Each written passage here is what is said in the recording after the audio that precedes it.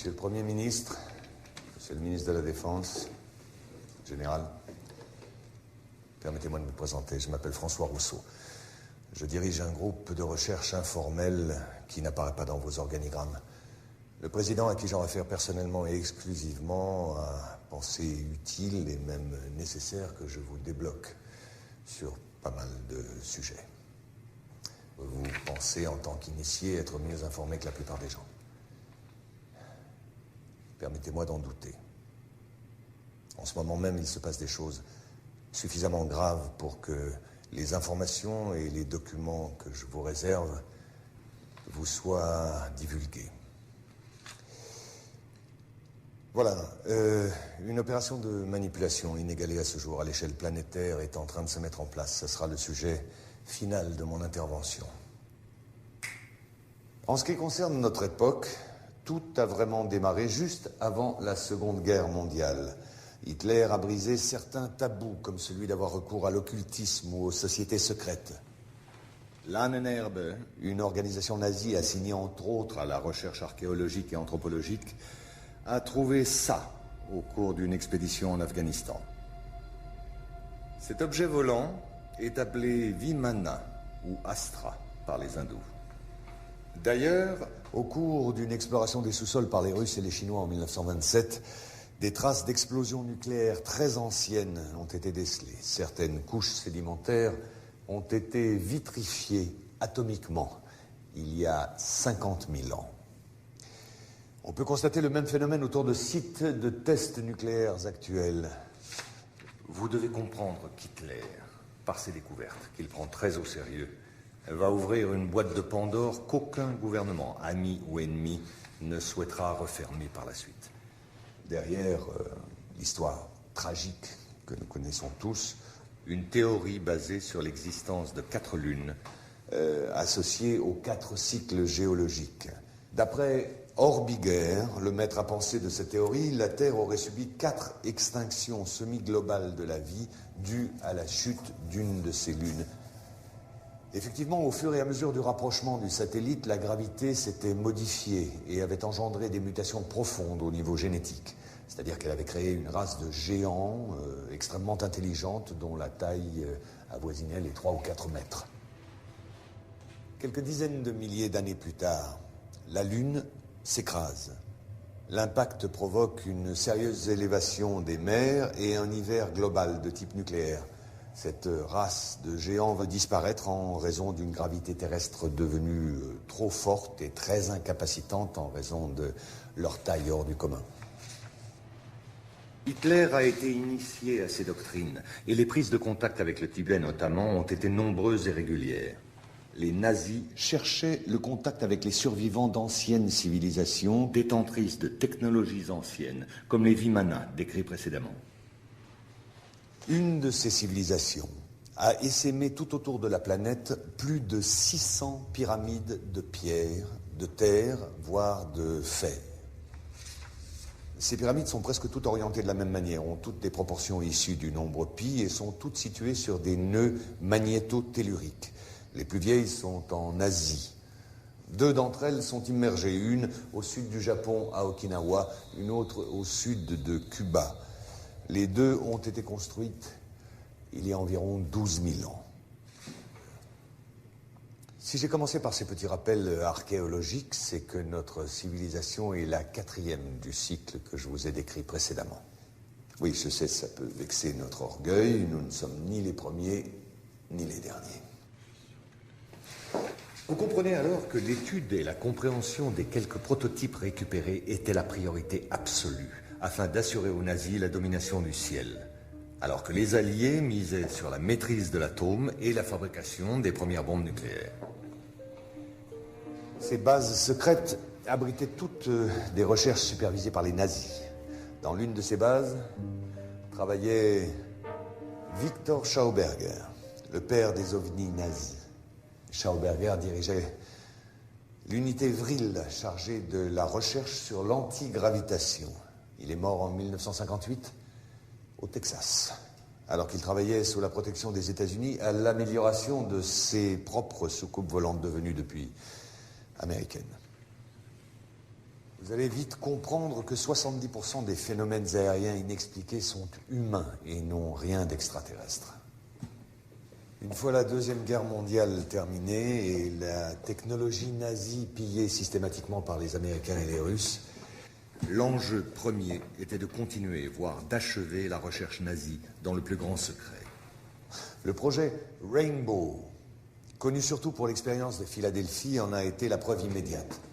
Le scientifique von Neumann, qui collaborait avec Albert Einstein et Nikola Tesla pour le compte de la Navy, a réussi à téléporter par accident un bâtiment de guerre, l'USS Eldridge.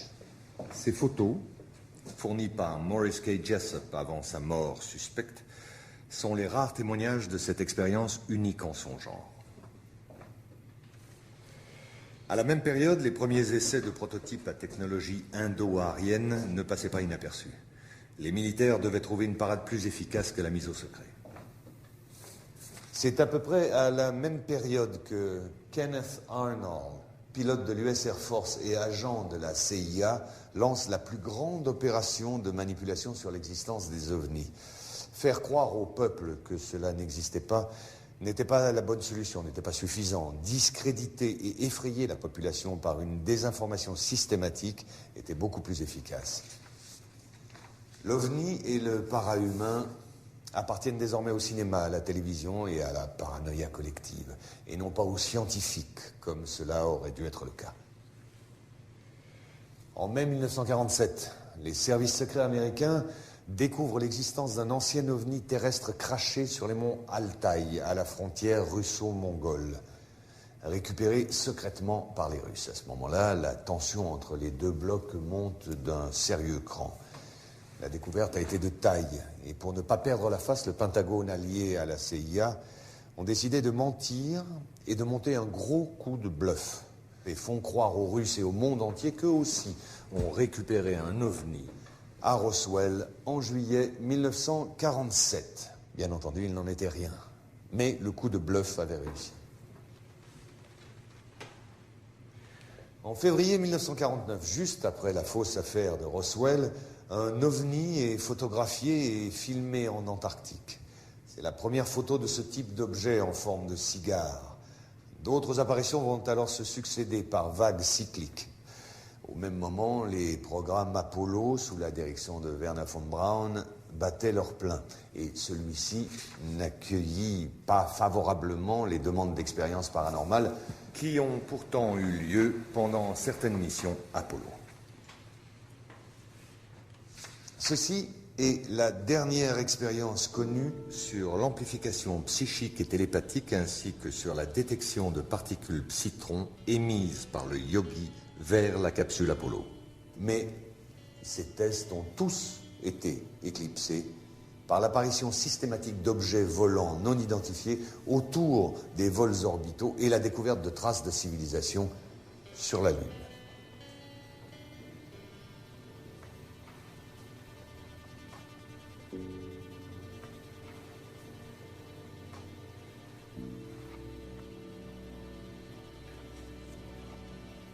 La NASA a dû faire face à une avalanche de données et de preuves embarrassantes. La seule solution a été de tout mettre sous secret défense.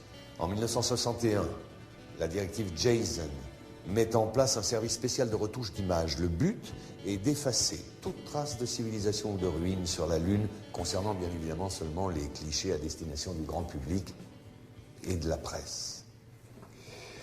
Voilà, au mois de juin 1965 est apparu ça, sur un relevé satellite dans la zone des îles de la Déception, au sud de l'Argentine. Les Russes ont tenté de saborder l'opération de renflouage sans y parvenir, malgré la violence de l'affrontement. L'objet volant a finalement été ramené sur la base d'Edwards, en Californie. Et 10 ans plus tard, le premier drone antigravitationnel à propulsion magnéto-hydrodynamique, ou MHD, a fait son premier vol d'essai dans le désert environnant la base d'Edwards. Et pas mal de prototypes ont vu le jour.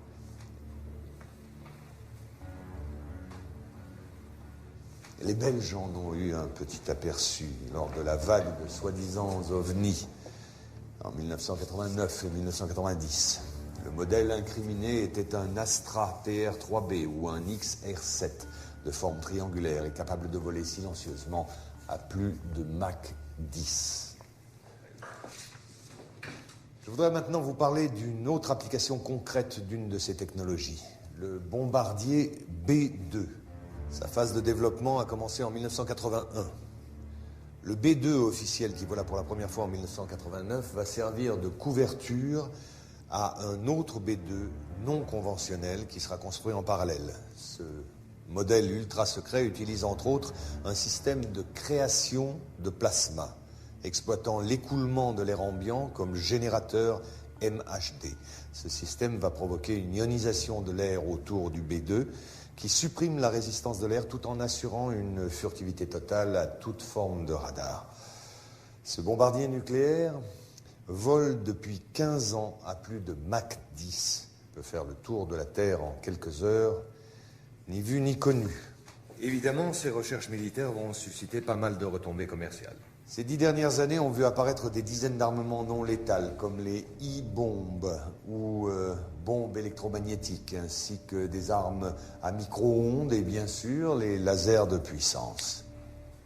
Le département de la défense américain, à travers la multinationale Raytheon, décide d'investir énormément d'argent dans un programme expérimental appelé le système HAARP, ou High Frequency Active Auroral Research Program. Et c'est tout un programme. Officiellement, la base en Alaska fait des recherches sur la ionosphère. En vérité, les possibilités réelles de l'installation sont énormes. Manipulation du climat, détection profonde de bases souterraines ou de gisements, destruction silencieuse et à distance de n'importe quel objet, et surtout manipulation du comportement humain. Bien, en 1996, un satellite russe découvre en Antarctique l'épave presque intacte d'un immense vaisseau spatial dévoilé par la fonte des glaciers. Les prélèvements de glace indiquaient une date de crash remontant à 24 000 ans. Au même moment, une éruption volcanique dans les îles de la Déception, les mêmes que précédemment, obligea les Russes à demander de l'aide aux États-Unis, vu l'urgence et l'importance de la situation. Pour la récupération du vaisseau, ils ont dû lâcher l'affaire et ont évacué la zone en catastrophe. L'engin a finalement été détruit par les Russes, très énervés par la situation qui ne tournait plus à leur avantage. Aucun pays n'a jamais retrouvé une occasion pareille. Et cette action stupide de mauvais perdant de la part des Russes n'a fait que conforter la position des Américains face aux extraterrestres. Si cet exposé vous a paru un peu long malgré mes efforts pour le simplifier, il était absolument nécessaire pour en arriver à la partie dont je vous ai parlé au début de mon exposé, c'est-à-dire la conspiration que nous appelons conspiration d'Orion. Notre groupe de recherche est persuadé que des ovnis construits par les Américains ou les Russes seront utilisés pour étayer le canular d'une attaque de la Terre d'origine extraterrestre. Les médias se chargeant du reste, bien entendu. La raison ? Une fois la menace du terrorisme international dissipée, l'économie de guerre des grandes puissances, États-Unis en tête, aura besoin d'un nouvel ennemi pour prospérer. La guerre sur Terre sera remplacée par une guerre spatiale contre un ennemi venu de l'espace. Messieurs, je vous remercie. Un dossier complet vous sera fourni à la sortie. Quant à moi, je vous reverrai bientôt pour un second update sur un tout autre sujet. Messieurs.